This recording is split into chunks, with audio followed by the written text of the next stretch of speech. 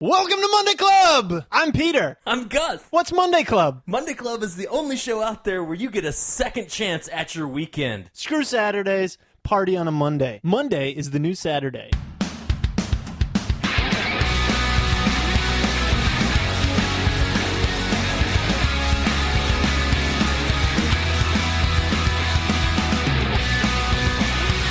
Welcome to Monday Club. Oh my goodness, all you beautiful people out there in podcast land. This is Gus Davis. Along with me, as always, is my cohort in residence, Mr. Peter Bois. Guys, we have an amazing Monday Club for you today. We have got Terminators coming in down the line, so look out for that. We've got Peter following up on his toothbrush shenanigans. We've got What's Wrong with America. Our Dirty Little Football quiz continues. Dad advice and so much more. Stick around. It's going to be a party. Monday Club. Let's do it.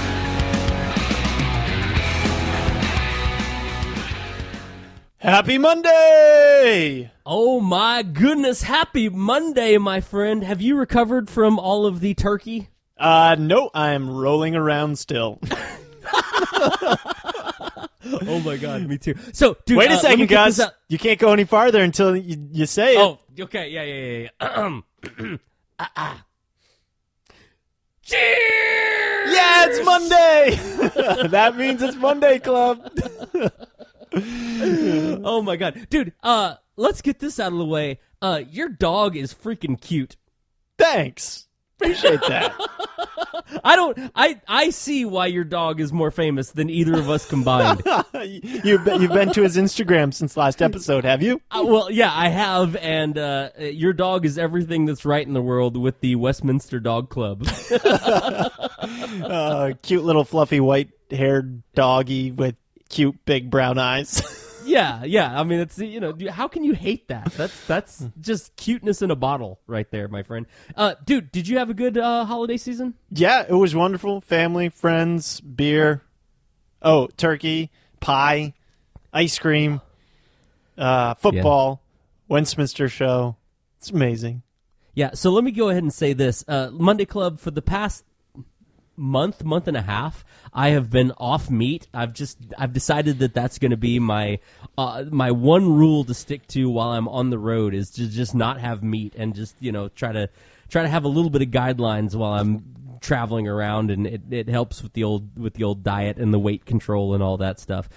This Thanksgiving, I just gave all of that up and had steak and turkey and like all the stuffing and whatever it was. Is that good? Good. Put it in my face. Yeah, you can't. There are no diet rules on holidays. No, none. Yeah, none whatsoever. The only rule is like Fight Club. Like the only rule on holidays is that there are no rules. Yeah, that's weird. I had that same rule for the last week of being on the road because I was feeling like a fat ass and everything started aching in my body. I'm like, I need to eat better, and I started working out on the road and eating vegetables and stuff. And yeah, that's weird. I guess it takes a month or two of feeling like shit before it motivates us to eat healthy. Oh, it's awful, man. It really is. Like when you're on the road and most of what you get is either fast food or food that clients provide, it gets to a spot where your body tells you, it's like, hey, look, we've done the best we can, but spleen is about to just like quit. Like spleen and liver are forming a union, and they're about to pick at you and just quit on you. So you got to figure your shit out. Spleen is holding up the white flag. Help me! No more! I'm gonna burst and cause you problems. Well, ladies and gentlemen, we hope you had a wonderful Thanksgiving. We are cheersing this week, basically to what I think as it's like the cute snapshots before the Terminators come and kick down your door and exterminate humanity. That's a lovely vision for us this coming week. Terminators coming to get us. Of course, you found these videos. The first one's on Reddit. The next one's on YouTube. It's definitely me. Yep, so do you believe the robots are going to take us over and command us, and we're going to be the robot bitches? Here's the thing, guys. I don't know how up on game you guys all are for the Atlas robot, but Atlas is the robot that you've probably seen. It stands stands upright. Sometimes it's like a. It has two legs. It looks like it's human. two legs. Yeah, it's sort of humanoid shape. That's right. And it sort of prances around like the old Atlas that I remember. Sort of prances and totters around. Usually, it's on a tether, and it's like when you see it, you can tell that a bunch of MIT dorks were working on it for 10 years, trying to make it look like it is a humanoid robot. That's what I remember Atlas being. This video is what it's doing now, and it is untethered, and it is doing backflips, people. It's like ready to go for Ninja Warrior. It was doing like squats and jumps and walks and backflips. This is what, Boston Dynamics? Is that a company? Yeah, Boston Dynamics, I think, is the people who are in charge of Atlas. It was badass. I mean, if it wasn't so scary that they could potentially kill us all. Whatever you do, do not put artificial intelligence into this robot. Do not do it. It will realize that it's stronger, more powerful, and more amazing than the human body ever will be. Right, yeah. So here, the first video, there's actually two videos that we're going to post on this one. The first video is of Atlas, who I need to make sure that you all understand is a 300-and-something-pound robot, completely untethered, doing power squat jumps onto boxes, and then doing backflips off of those boxes because it can, right? Which already is far superior to anything I can do physically. Well, you can't do a backflip off a box? No, of a no, like box jumps like that and backflips, absolutely not. So just, God damn it, like just imagine putting a laser machine gun in this thing's hand, give it Schwarzenegger's voice, and all of a sudden now it's not funny anymore. It's a killer robot. But then, friends, there's a second video that is related to the first one of another group that has a robot that's on roller wheels. Two legs, but wheels. It's instead two of legs, but wheels. Yeah. Instead of taking steps, it like ice skates around. And this robot travels at 9 miles an hour at a constant speed. It can go over all terrain. It shows it going through snow, up and down hills, and it's in a weird, threatening pose. Like, did you see that? It's like You know what I first thought of when I saw it? I thought, wow, this would be a great robot to take my groceries to my car in the grocery store. Oh, see, and that, my friends, is the exact problem with this robot. It does. It looks like, it could hold on to my bags, but it also looks like it's like 1 second away from snapping and just doing a power uppercut and taking your face off. It's so nice. What a nice robot. Oh, it's taking my milk and butter and bread to my car. Oh, why? Why is it punching me now? No!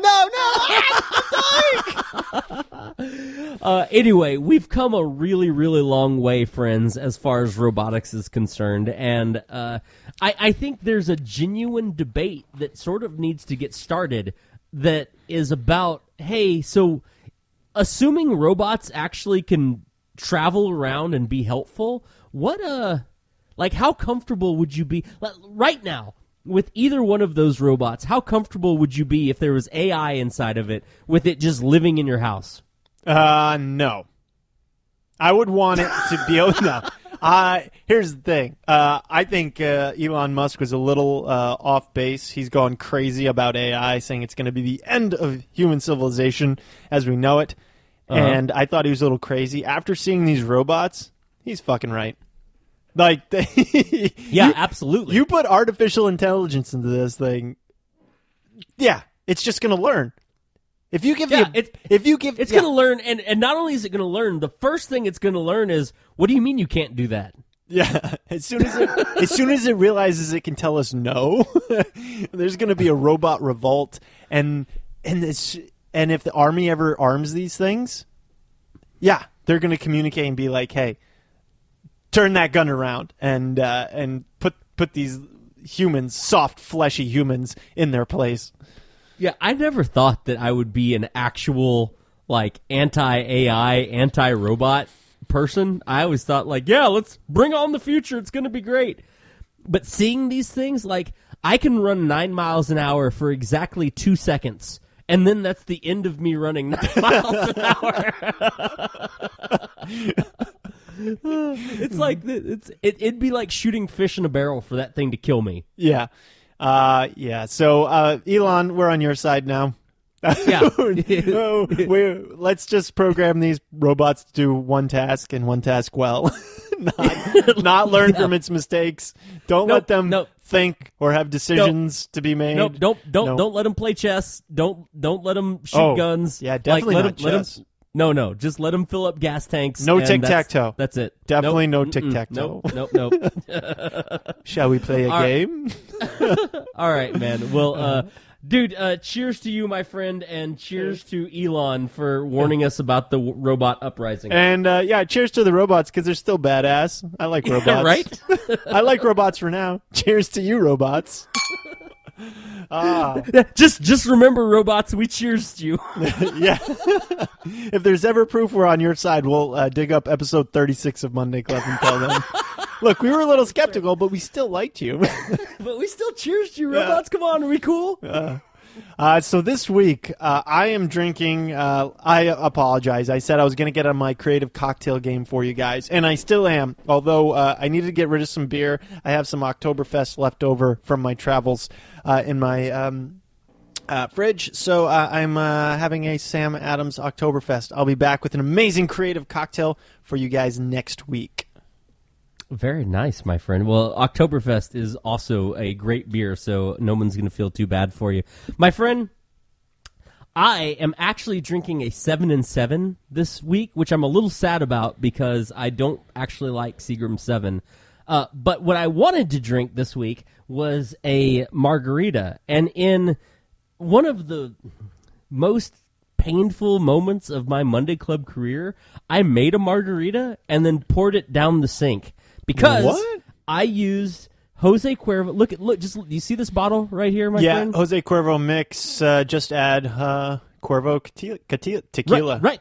That's what I read. Yeah. It in big letters. It says Jose Cuervo mix.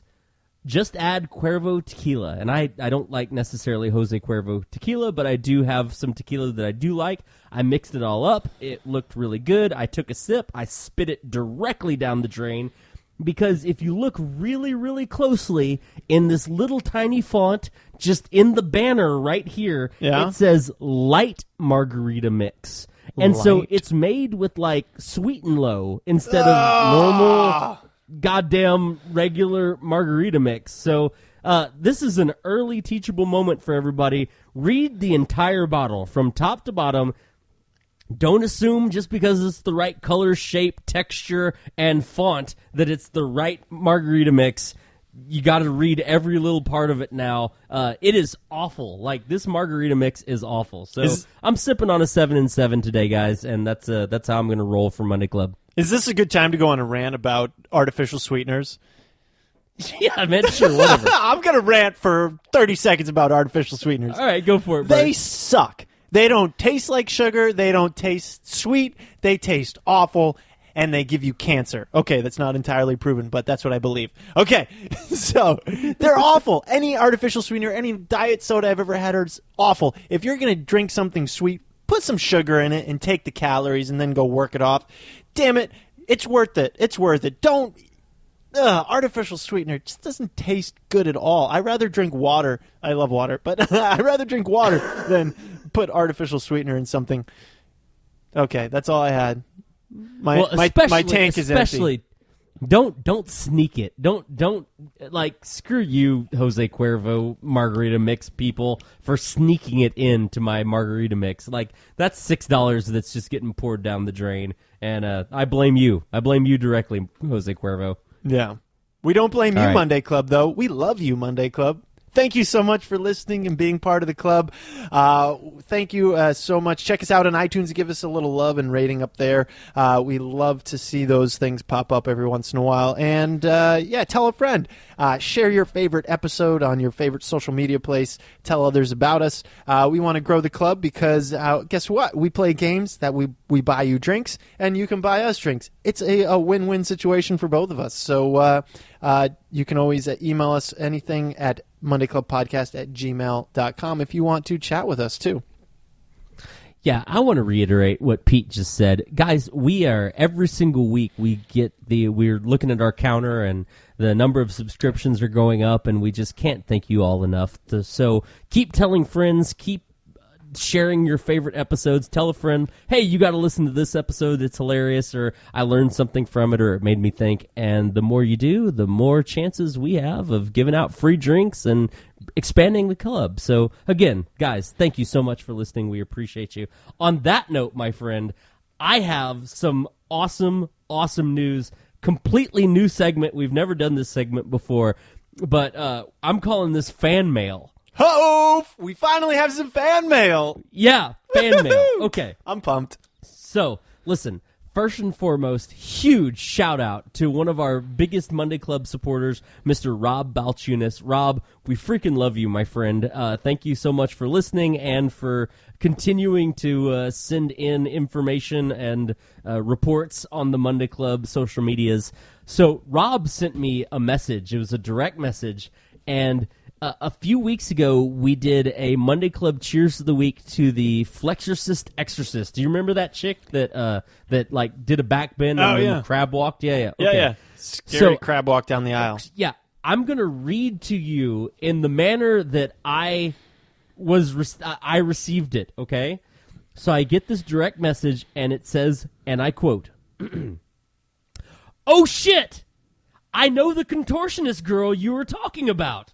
What? She used to do my friend's variety show, and we did a Disney Channel show last year. She got big on AGT last year."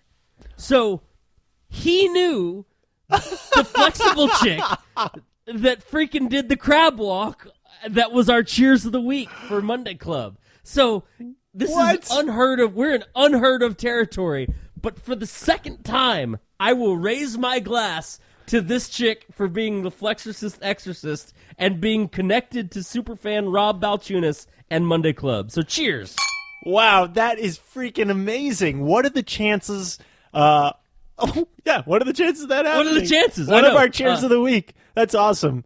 Yeah, well, Rob, yes. Next time you see her, tell her we said hi from Monday Club, and keep scaring people with your crab walk.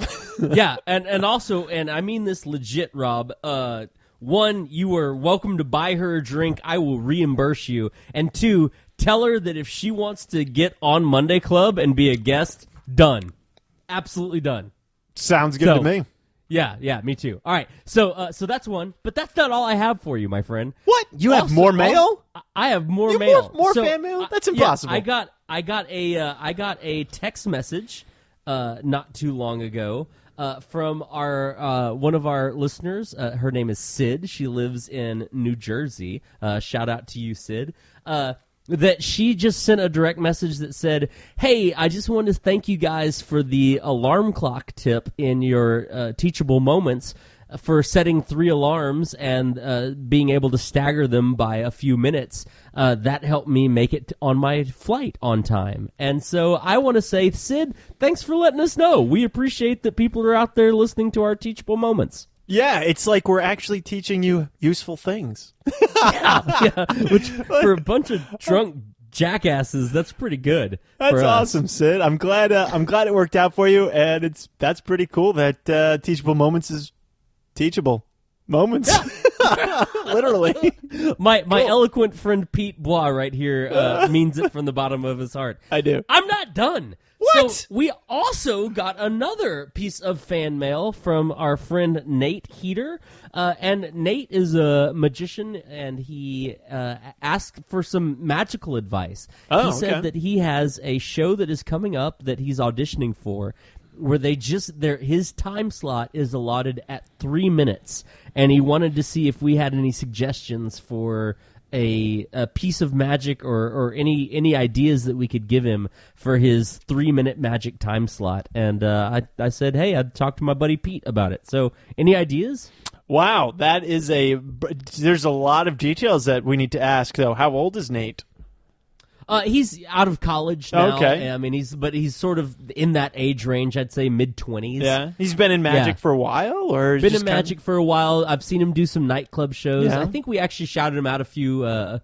I don't know, 10 episodes ago, somewhere in there. Okay, cool. And he's looking for like a YouTube talking videos. piece, not something silent. Then. So that's a good point. And here's what I already told him. I said that for me, if given 3 minutes is tough. Like there's not time, in my opinion, there's not time to get someone on stage and do an effect where you need an audience member in 3 minutes. I just think the time that it takes for someone to walk up on stage kills 30% of your time that's allotted. So for me, what I suggested to him was that you start with a 3-minute song and then work backwards from that song. So whatever that song that you have that inspires you, that is your time marker, so that you finish whatever effect you do at the end of that time, at the end of that song. Yeah, I guess that's a good idea. I can give you some general advice. Obviously, it needs to be a good piece of magic, something that's going to make people go, what? If it's a talking routine, yeah, I agree with Gus. Bringing somebody up on stage could take a lot of time and could slow it down a lot. So if you use somebody, maybe if they have to pick a card or if they need to interact somehow, maybe you jump off the stage and have that done down there so you don't have to bring them up on stage. That would go a lot quicker. And yeah, just make it play large for people watching, and minimize the dead time of somebody walking on stage. So if you absolutely need that person to help out, definitely go to them, jump off the stage, jump back up on stage, and finish it off there. Yeah, I think that's really good advice. I will also add that if you're doing a 3-minute piece, everything has to be really sharp. So if you're doing a talking piece, the comedy or the intentional speaking that you're doing has to be right on point. You can't waste words. And lots of comedians do like 3 to 5 minute sets, and those sets have to be like every fraction of a second, every beat has to be timed out really well. If you're doing a manipulation piece, it's the same concept. It's like that is your PhD of manipulation routines. There's some guys out there, and guys and gals, that make their manipulation routine take them all over the world, and they've got like a 6-minute act. But man, every second of that 6 minutes is like spot on.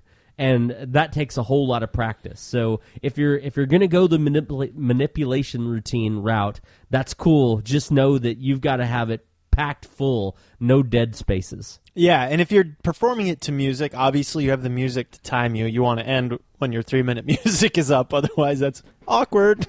Right. But if you're doing a talking piece, get a clock. You can use your cell phone and put the timer on and count down from 3 minutes. If they're going to be timing you, I do some showcases at booking conferences where they have a clock, and you're literally looking at a clock that says you have 10 minutes or 5 minutes or 20 minutes, right? And it's counting down. So you're looking at a clock this entire time. What a way to give you anxiety, right? It's knowing that you have a certain amount of time left. So even if they're not going to have a clock, you might want to do this anyways, because it's going to give you a good idea of where you are in the set. And so while you're rehearsing this routine, whatever you choose, make sure and you look at the clock occasionally so you know where you are in the set. And it wouldn't be a good idea if they're going to cut you off, because how serious are they about 3 minutes? Are they going to shut off your mic at 3:05? Are they gonna black out the stage at 3:15? You know, so you need to be on time if that's the case. Otherwise, it's gonna be awful for you. So definitely have that timer. Look down on it. Make sure you're okay with the pressure of looking at a clock, and keep it under 3 minutes. Also, shoot for lower. I would shoot for 2:45. You know, it's always better to end a little shorter than have the lights turned out on you and your mic turned off. I agree with what Pete said, but I will also say that for me personally, when I do game shows or when I do magic shows and the client says, hey, we need 60 minutes filled or we need 70 minutes filled or we need 90 minutes filled, and that's what I'm contracted for, it is one of the most like badass / professional things that I do where I end my show within 3 seconds of the time that we had scheduled for. And if I can do that, I walk off that stage like dropping the mic and kicking babies and just like, I mean, I feel like such a freaking pro when I nail the time that I've been scheduled for. You make a really good point, especially if there are other acts on at that time, because on the same show, if you're being part of a variety show or with other acts, it's very disrespectful to go overtime. If you're going overtime, people are going to be pissed at you, the other acts. They're like, why is it taking so long? I only get this amount of time. Or you screw up their preparation, and the whole show gets screwed up. So I agree. If you can make it to 3 minutes, exactly, do it, perfect. But a lot of times I always try to shoot a little short. But also another thing to consider, man, this is not an exact science. We're we're giving you a lot of exceptions here. You could, when you're performing and you're under pressure, you tend to go faster. So in rehearsals, you might be right at 3 minutes. But when you're on stage, you're going to end at 2:40. You're going to be a little bit faster. So keep that in mind as well. Yeah, agreed. All right, I hope that helps, Nate, and let us know, buddy, how that all shakes out. And again, thank you all for listening. If you have any questions, hit us up. We're happy to help. Yeah, hope you kick some ass. Yeah. So a few episodes ago, down the road, I can't even remember. All the episodes are running together now. 36 episodes, man. I know, dude. I reported that I got a new toothbrush.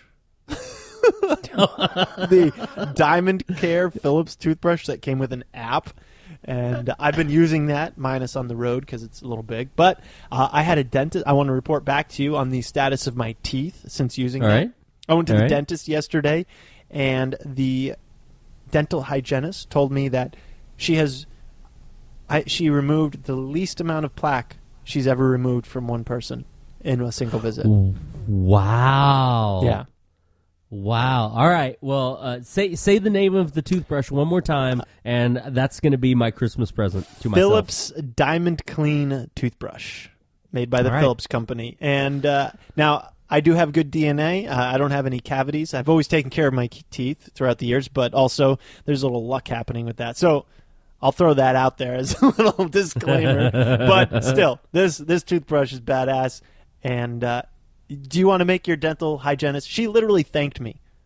I've never had a dental hygienist thank me. She was like, "Thank you so much for being good to your teeth and cleaning them." She was like thanking me for being being so good with my teeth. So I got a quick tangent for you. All right, yeah, super quick tangent. So when my wife and I, when we were just dating, I thought I'd be a badass and take her out for a spa day. So I took her out to a manicure pedicure place, right?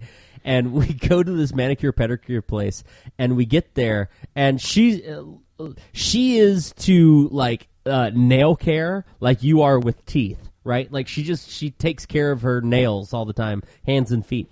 Anyway, we go to this manicure pedicure spa place, and we sit down, and I get the deluxe package for her. I'm trying to be all smooth and stuff. And she gets into the little, the chair, the massage chair, and puts her feet in the water. And the hygienist pulls her foot out and, stares at it for, a good solid 30 seconds and, looking it over and stuff like that.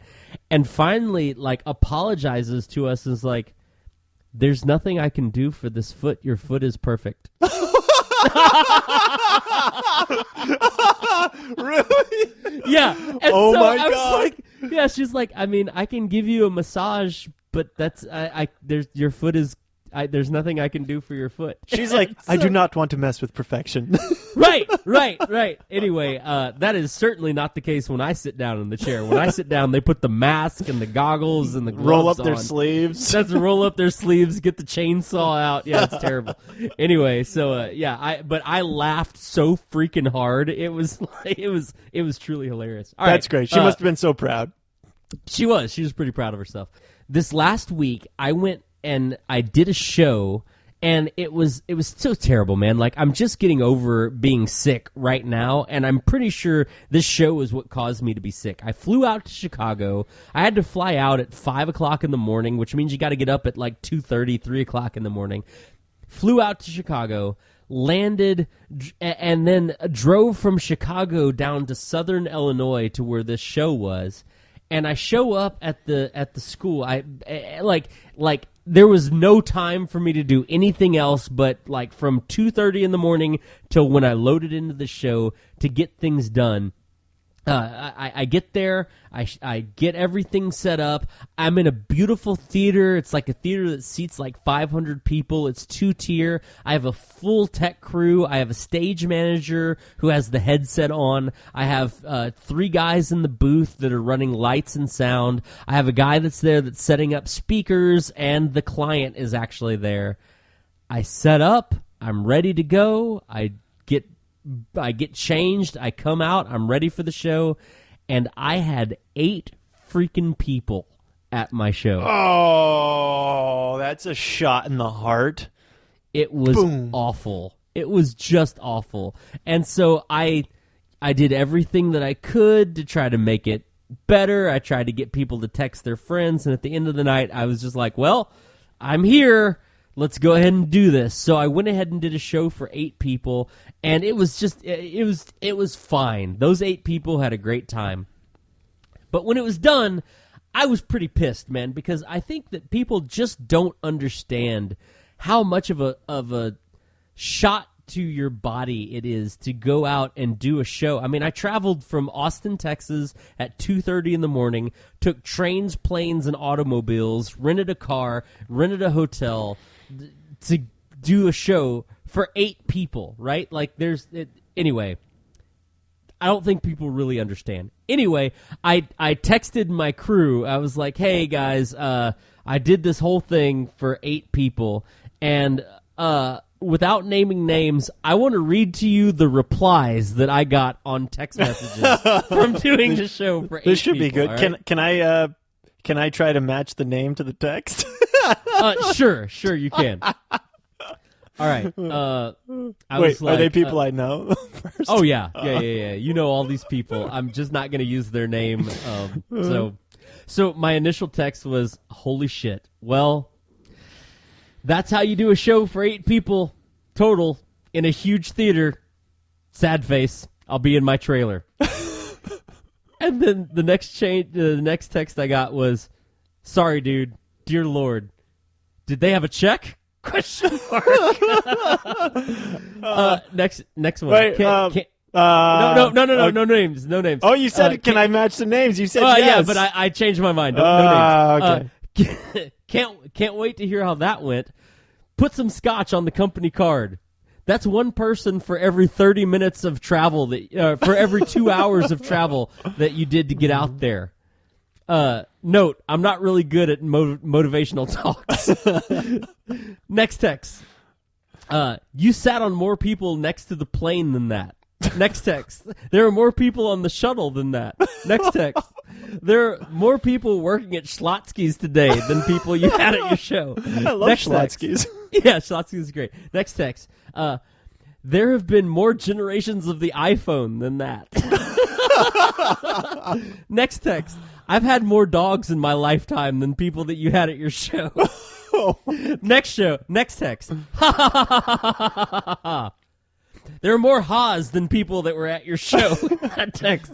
You have some douchey friends. Look at that. I do. Next text. Your audience size is smaller than my shoe size. Next text. I landed in Chicago from Austin before the time of the number of people that I had at my show. Next text. I've changed more light bulbs today on my porch than you had at your show. Next text. Bill Cosby raped more women than were at your show.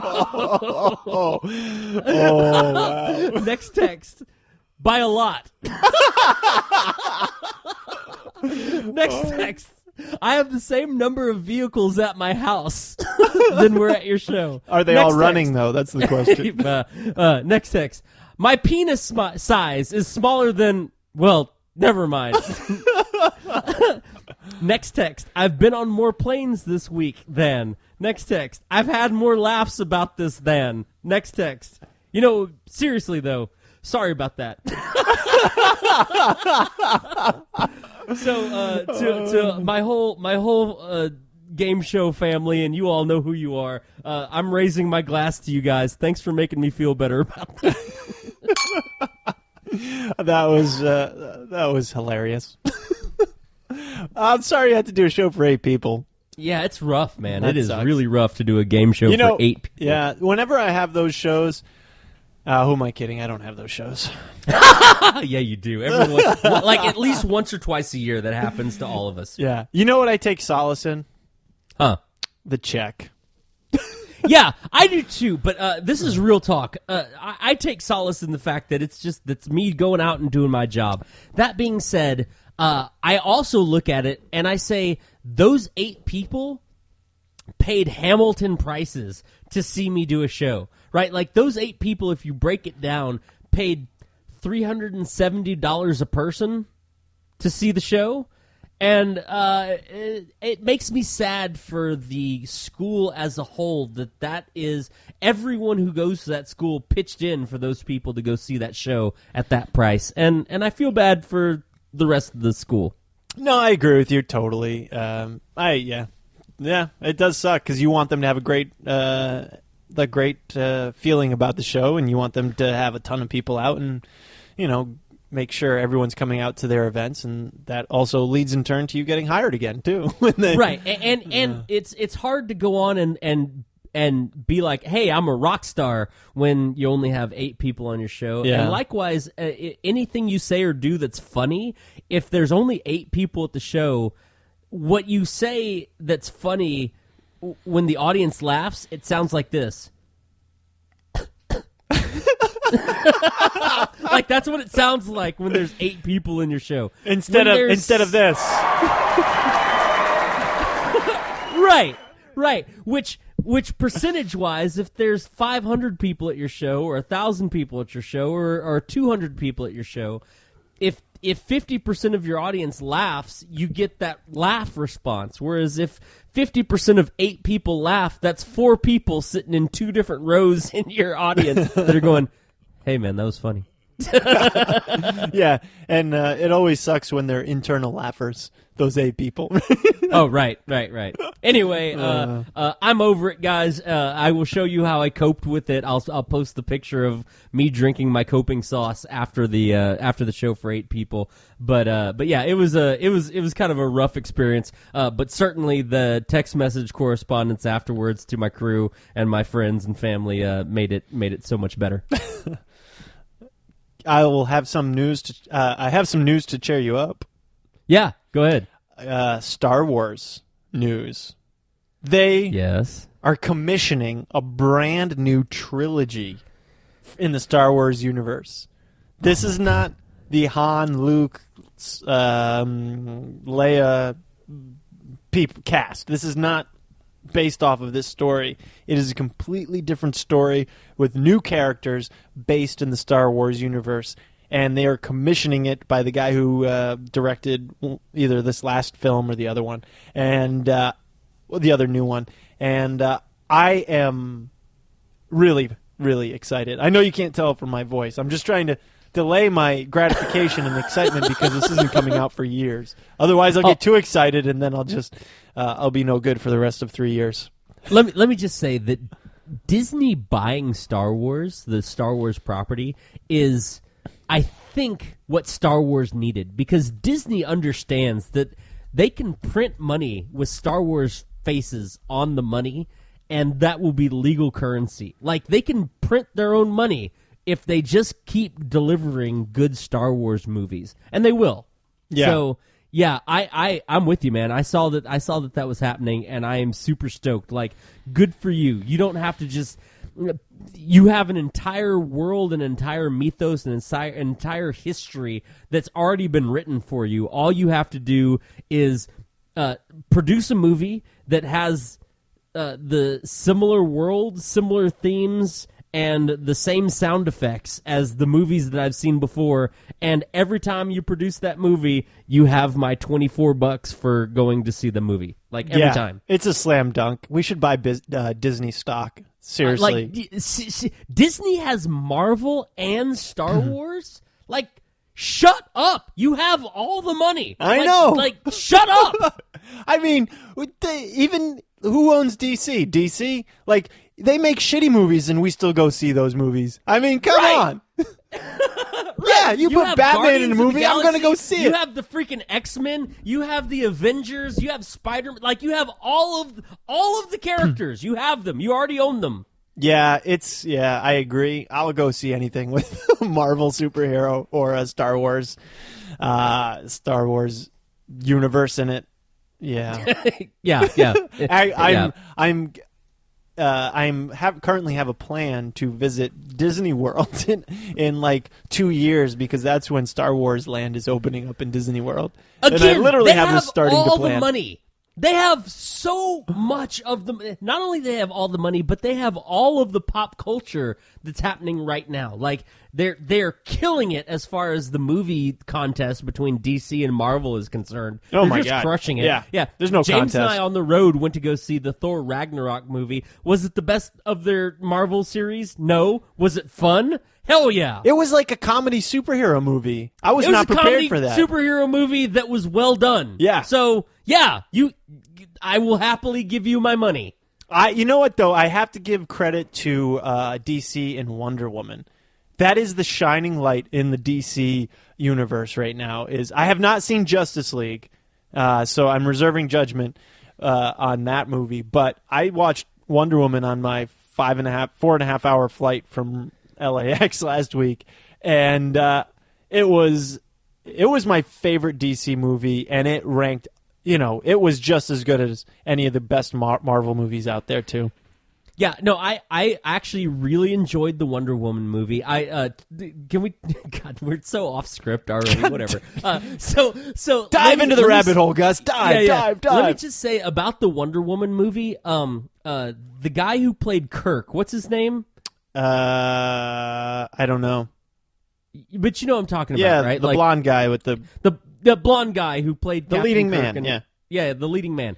I want to give props to him in this movie. Not taking anything away from Gal Gadot. She crushed it. It was clearly the best of the DC movies that have been released. Chris Pine. Chris Pine, thank you. Like seriously, you nailed that character, and you deserve all of the kudos for saving DC's ass. Like, good for you. But I do want to give him credit because he did something that I think is very difficult. He went from being a leading man in the Star Trek series to doing a great job being a supporting character. Like he didn't overshadow her. He didn't try to be equal to her. He was a great supporting character on that movie, and I think that's probably tough to do, going from being the leading guy to being like the supporting character. And yeah, I give him credit. I think he did a great job playing the role that needed to be played so that movie worked. Yeah, I think they both did a fantastic job. I was definitely I was in Wonder Woman's corner. I mean, there was a couple moments when my eyes were a little wet.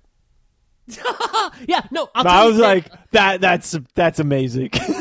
Here, it's really, god damn it, people, it's not that hard. When you make a movie that people care about, that the character you care about, that you see the struggle that they go through, and that every once in a while they just swole up and do something so badass that you go, yay! Yeah. And that's it. That's all you have to do a good superhero movie. And I think everybody in the world has fallen in love with, is it Gal or Gal? Gal. I don't know. Gal Gadot. Yeah. Gadot. I think everybody fell in love with her within the first 5 minutes of that movie.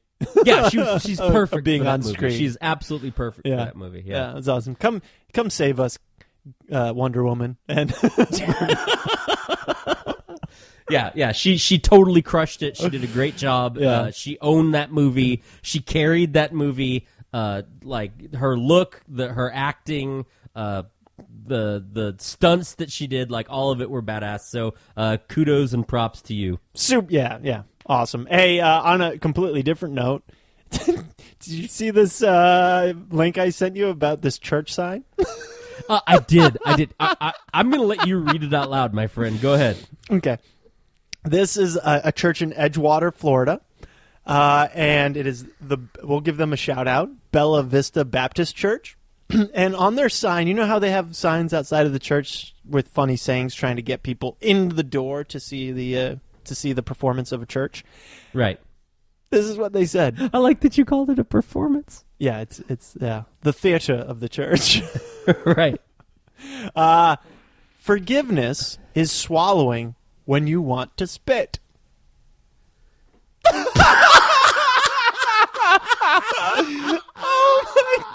Oh my God! I can't even make this up. Oh my God! What? Oh God! This is from a church. Now. Okay, you take God. I don't know what to say. Yeah, forgiveness is swallowing when you want to. Gus, forgiveness is swallowing when you want to spit. Remember that next time. Oh my God! Oh my God! I can't wait to practice forgiveness. Oh yeah, I saw this post, and I thought that you had sent something that was photoshopped, and then I did my own research, and that's an actual post that someone posted. So they're either extremely naive or trying to be extremely covert, which it's not very covert because it's so obvious. Right. Maybe this was posted from the marriage counselor of the church.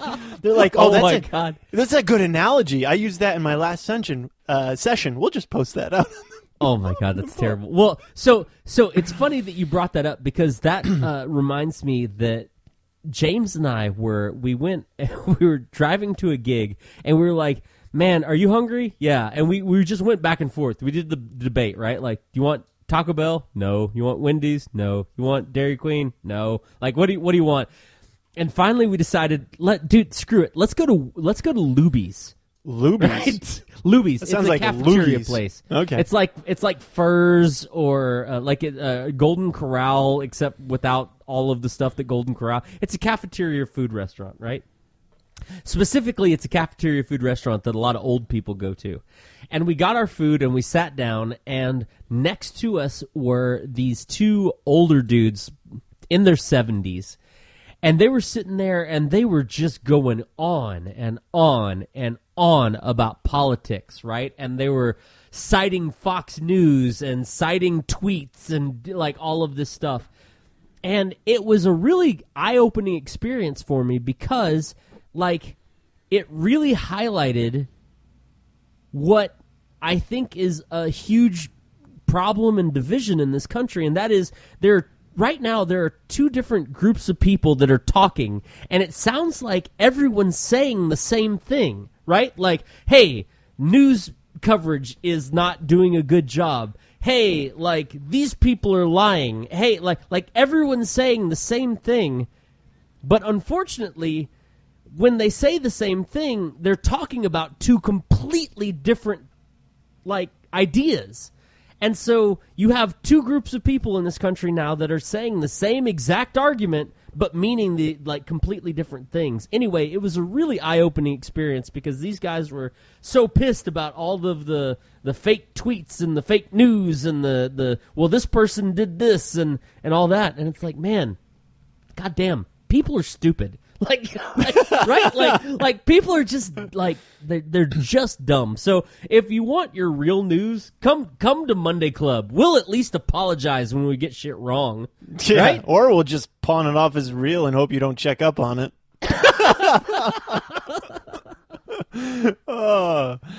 Which takes us to real news. Hey, guess what? The Patriots are doing great. They're going to win the Super Bowl. Let's get to our dirty little football quiz. Hey, Gus, guess what? Forgiveness is swallowing when you want to spit. Remember that. All right. All right. You know what? Just for that, my friend, I won't even question you on it. All right, peeps. Here's how this dirty little football quiz works. If you're not familiar with our quiz, so we realize that not all of you are sports ball fans. What we also want to do is encourage Pete's undying and unwavering love of the New England Patriots. So I realized that a bunch of the same terminology that is used for football is the same terminology that is used in erotic fiction. So I picked 3 random pieces of erotic fiction, quotes from erotic fiction. I picked 3 of those. Pete's job is to identify the word that is related to football, to define that word, and then to replace that word with the football definition. If he can do that 2 out of 3 times, I will buy one of you a drink. Okay, so Pete, you ready to play? I'm ready. Last week I had my first failure, so this week I'm coming back with a vengeance. I'm going to get you guys a drink. Let's do this. All right. Wait, what's the secret word? Swallow.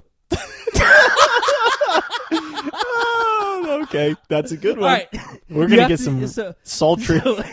In order to claim your free drink on our Facebook page, you have to use the word swallow and I want a free drink in your own erotic sentence. Be the first person to post that on our Facebook page and say that you want a free drink, and we'll make it happen as long as Pete wins. So Pete, here we go, my friend. There we go. Oh my God. Oh, I should also say that all 3 of these are from Cosmo magazine, from Cosmopolitan magazine. Is that your normal magazine? No, I go all over, man. I find stuff all over the place, but this is all 3 of these happen to be from Cosmo magazine. So here we go. Before long, I feel his eyes on me, and yes, a flicker of victory does spark up inside.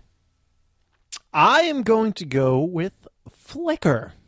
Flicker is correct. Yes. I'm gonna think. I think that's a term used with a play called the flea flicker, which is the ball is hiked to the quarterback, it is handed off to the running back, and then the running back runs it to the line of scrimmage, then laterals it back to the quarterback, and the quarterback passes, is the essential idea.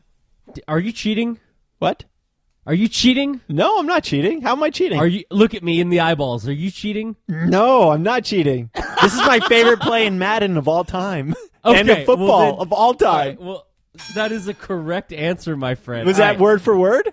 That was pretty much word for freaking word. Yeah. Bonus. I'm going to give you a double bell for that. All right. So the flicker or flea flicker play is a play whereby after the snap, the QB hands off or laterals the football to the running back or another player on his team, who then runs towards or parallel to the line of scrimmage.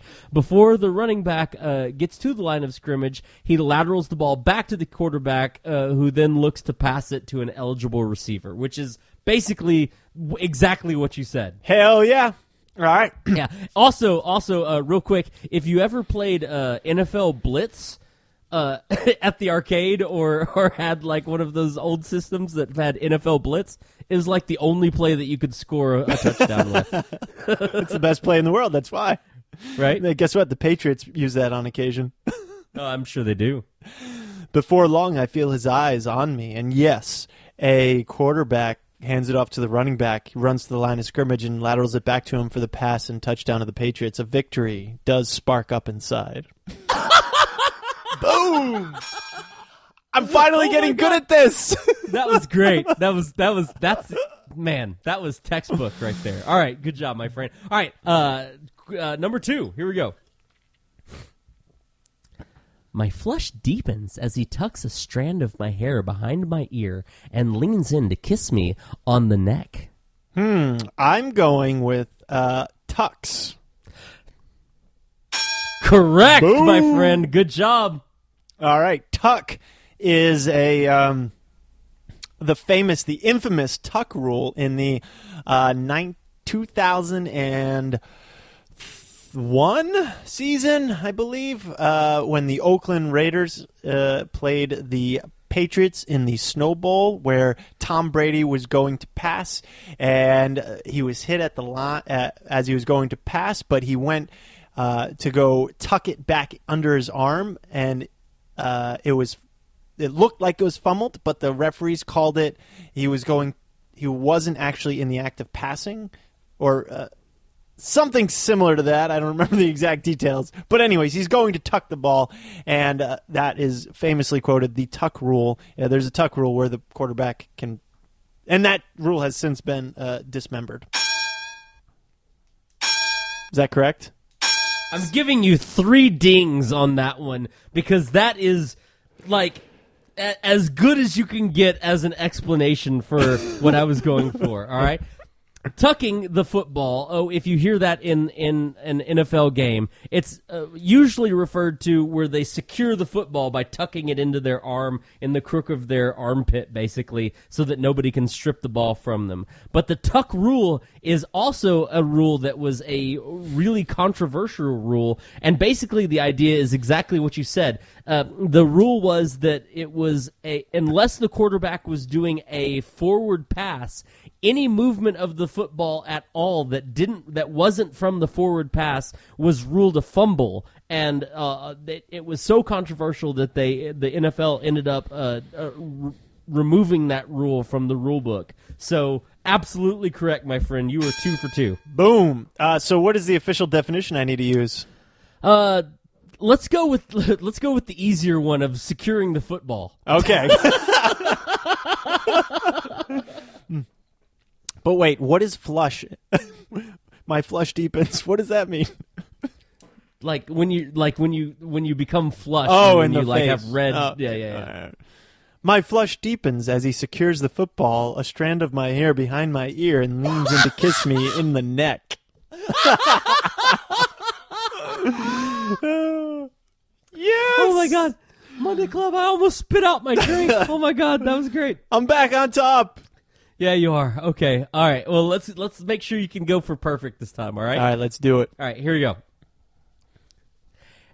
Now he's walking, with me wrapped around him, towards the steps at the shallow end of the pool. Now he's walking. I'm going to go with wrapped. Correct answer. Wow. Wrapped. I'm having a hard time coming up with a definition, though, for this word. Wrapped is when another player is wrapped around another player, when he is... Oh, my... Yeah, when he's... I think it's an illegal move, right? Maybe not. Yeah, a defensive player is wrapped around an offensive player trying to make a tackle.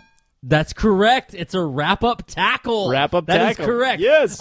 There's lots of different ways to tackle, which I'm not going to say because I'm going to use these other ways of tackling in future quizzes. But a wrap-up tackle is a specific type of tackle where a defensive player wraps their arm around and wrestles the offensive player to the ground. So it's a physically wrapping yourself around an offensive player and bring him to the ground versus other types of tackles. Now he's walking with me, grabs him and brings him to the ground, up around him towards the steps at the shallow end of the pool. Good enough. All right, friends, we're back on it. Mr. Pete Bois has earned one of you a free drink. Yes! Woo! Remember to use the phrase that pays and end your erotic sentence on our Facebook page with "I want a free drink." You do that, and I will buy you a free drink this week. Awesome. Hey, it's time for Stories from the Road. All right, so last week I was saying how I went to Reno and won money at the blackjack table. Share with you my awesome new system for blackjack playing. On my way home was a different story. I wasn't so lucky. I show up for my flight at 5 a.m. at the Reno airport, and I go to check in at the Southwest kiosk to print my own baggage tags, and the system says there's no record of me. There's no record of my reservation. I do that with my confirmation number, with my credit card, nothing. So I get in line to talk to someone. So sad. Yeah. And So sad. I get in line to talk with someone, and I go up and I'm like, look, I have a reservation for today, but it's not recognizing it. They look it up and they say, oh, your reservation was for tomorrow. And I say, No! or excuse me, not tomorrow, the day before. So for the day prior. So it has already passed. And then I say, wait a second. I look up my confirmation email and I show them that no, I actually was correct because I've done that before. I've made a reservation on the wrong day and I've showed up to the airport and luckily it's worked out in the past, but I have done that. That has been a mistake I've done, but not this time. My reservation was for the day it was supposed to be and I showed that to them and they had no clue what was going on. They called up their people and their people called up other people and managers and everyone got involved and they're like, what is going on? So it turns out that for some reason back in August, right sometime after I made this reservation, the flight schedule was changed, and my reservation was canceled. Oh, Because she then tells me that there is no itinerary. Southwest is not flying to Portland, Maine from Reno today. Oh my God. There's no way. There's no itinerary. There's no way it can happen. So apparently, yeah, they changed my reservation on me and canceled it and then changed the date without even telling me of my reservation. I'm so sorry. And that pissed me off terribly. But so she did jury rig some flights and she did get me home just 6 hours later than I was supposed to and had like a 5.5 hour layover at BWI. And I got a couple... Isn't it weird? This has happened to me before in that every time something weird like that has happened, it's always been on my way home, not on my way to an event. Because a 6-hour delay would have screwed you over if you were trying to get to a show. But, like, it's always like, well, I mean, it's on my way home, so I guess I can spare that 5.5 hours versus, like, hey... I got to get to my event that starts when you're saying that flight leaves. You know? Yeah, no, totally. I would be traveling over to the other airlines and saying, "Hey, when can you get me there so I can do my gig?" So it was, that was pretty sucky of Southwest to change it, and then first of all, sucky of them to change it, and then not even tell me about it. Right. But I did get home just super later than I was supposed to. But I got a couple $100 in vouchers, and then they're going to send me another free flight as a sorry, as a man, as a we screwed up. Yeah, as a we screwed up. And then so I got on a full flight so my Reno flight went to LAX, my LAX went to BWI, and then my BWI was going to go to Portland, Maine, and my LAX flight was full. You know, when they get on, they say, we're a full flight, make room for everybody in the center aisles. Right. So I was, there was a guy in the aisle, I was on the window, and we were just, on our phones, reading whatever, doing whatever, while people were getting on, and the door's shut, and we have an empty seat in the middle of us. We look at each other and we're like, total win. This is great because it's like a 4.5 hour, 5 hour flight. And that's the flight you want, an empty seat. You want extra elbow room on. Yeah. And so about 3/4 of the flight in, some woman comes up to us and says, is anyone sitting there? And we're like, we both kind of look at each other and then look away and back to what we were doing and kind of ignore her because we're like, oh no, please don't take our middle seat. We've grown accustomed to it over these 3 hours. And she goes away and then she comes back and she's like, I'm really squished up here. Is that open? And so we're like, yeah, you can sit here. So we had to pack up all the shit we had in the middle seat. And this woman comes in and sits in the middle seat for the last hour and a half. I guess it could have been worse. It was only for an hour and a half. But yeah, whatever she was dealing with must have been terrible. Like, she must have been between two linebackers, you know what I'm saying, in the spot that she was at. I felt for her, but at the same time, I didn't want to give up the middle seat. Yeah. Well, dude, you skipped over something that I know that we're going to post on our Facebook page at least and Instagram, and that is that you had a 5.5 hour layover at BWI. Yeah. Yes. And you did a scavenger hunt at BWI. So I posted. I've done so many shows that I've flown into BWI that I know BWI pretty damn well. And it was funny. Everything you posted, I was like, yep, been there. Auntie Anne's, been there. Silver Diner, yep, been there. Yeah, I agree. Southwest, I'm at BWI all the time as well. I posted out. I was so bored. I was like, 5.5 hours. What the hell am I going to do? I had to post a Monday Club, but that was the only work I had to do that day. And so I put it out on Facebook. Hey, I'm doing a picture scavenger hunt. What should I find at BWI? And so I got some comments. A penguin. I found a stuffed penguin in a gift shop. Yeah, of course you did. Of course you did. And then I got pinkberry. Everyone knows there's a pinkberry right in the terminal, A terminal there, right? That flies. And also, and it was Sunday, so I got a guy or somebody in a jersey, football jersey. And how's this for expert level? I got a picture of a guy walking past pinkberry in a jersey. That's a twofer. Yeah, that's a twofer. A twofer in one picture. I was pretty proud of that. You should be. That was pretty skilled. Cinnamon bun, that's a pretty easy one, though. And then I got some other great suggestions, but then about that time, I found a bar. And that was the end of the scavenger hunt? I found beer. And so I posted my own picture, or my own request for a picture, which says, Peter with a beer. And so I found a picture of me with a beer.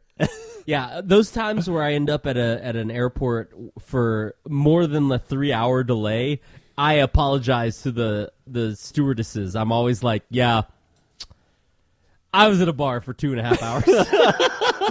I found a cool guy next to me though when we were watching the Patriots game that night, and I found a cool guy next to me who was from Boston, and he was on a huge layover too. So we found a little kinship for a couple hours while drinking good beer and watching football. That's great, man. Well, kudos to you. I'm sorry that happened, and certainly check out on this episode the post of his scavenger hunt because it made me laugh. And if you ever go to BWI and you can match any of those places that he found, though, you'll make us smile. So that's awesome, man. So for mine, real quick, I had a magic show this past weekend, and I went up to do the magic show. It was about 2.5 hours away from me, and I went to go do it, and it was for a 6-year-old, which I usually don't do magic shows for 6-year-olds, but they had seen me the year before at another show and really wanted me to be there, which was really nice. So I went and did it, and I wish I had this entire show videoed because the little 6-year-old girl, was maybe my favorite person I've ever done a magic show for because every trick that I did, she just talked about it. So it was like I'd do a trick and I would be like, okay, so I'm doing this trick and I did this thing, and she would verbally be like, well, that's not magic. It's clearly in the bag. And then I would open the bag and show that there's nothing in there, and she'd be like, "Mommy, the bag is empty. It must be magic. Oh, he did real magic." Like that. And it was like everything I did was exactly like that. Like she just played into every trick perfectly. So anyway, it was hilarious, and it made me super happy. She was such a just spot on perfect 6-year-old. It was great. That's adorable. Yeah, totes. Which brings us to okay. Teachable moments. I just wanted to give you some space there. Oh my god. Okay, my teachable moment for this week is a dad teachable moment or mom teachable moment. Don't assume your kid will run into your arms after you've been away for a week. He might just run into a wall. So I get home and my kid's running around the kitchen just going crazy, and then he's kind of running towards me. So I put out my arms like he's going to run right into my arms and give me a big hug, and then he peels right off and there's a wall in his way and he goes thwap and just goes down back. He's like, it's like perfect cartoon style, goes boom, head into the wall, back on his back, and starts bawling his eyes out. He cuts his lip open. He's bleeding in the mouth. So protect your children. Don't let them run into the wall. I felt like such an ass, even though I don't think it was really my fault. But that's funny. Well, dude, so it's funny. I have a dad teachable moment this week too. So here's my dad teachable moment. When your kid starts reading the Percy Jackson series, and they will, when your kid starts reading the Percy Jackson series and asks you about Greek mythology and to tell you about the actual Greek mythology that's built into this Percy Jackson series, here's what I did. I proudly went to my library, which I have prominently displayed at our house. I went to my library and I pulled out an old Greek mythology textbook, and I was like, let me show you the Greek mythology tome upon which that I can share with you all of this knowledge that I have. And I open it up. Here's what happens. One, all of the pictures from the Greek mythology book are just naked people just boning as hard as they can. All right? You've got just freaking Caligula orgies happening all over this book, all right? In ancient Greek robust statues. That's the first thing that happens. And so my 9-year-old son is looking at these, is like, oh, are they all naked? Wait, can I see the book? And I'm like, oh shit, no, God damn it, give me the book back. I'm just going to read it to you. So I start trying to read it, and if you're unfamiliar with Greek mythology, ladies and gentlemen of Monday Club, let me enlighten you a little tiny bit. Everything's about sex. It starts off with this one titan jizzed all over the world, and his seed became like the earth and the other gods, and then these gods raped these people, and these people had incest with these people, and this dude grabbed this chick and raped her, and that's how Hercules was like. I couldn't read a single goddamn like story from this book without trying to edit myself for my 9-year-old. So my teachable moment is this, friends. Don't read Greek mythology to your 9-year-old. Oh, well, my beer is done. That means it's the end of Monday Club. Go out and be good to people on this Monday. We love you.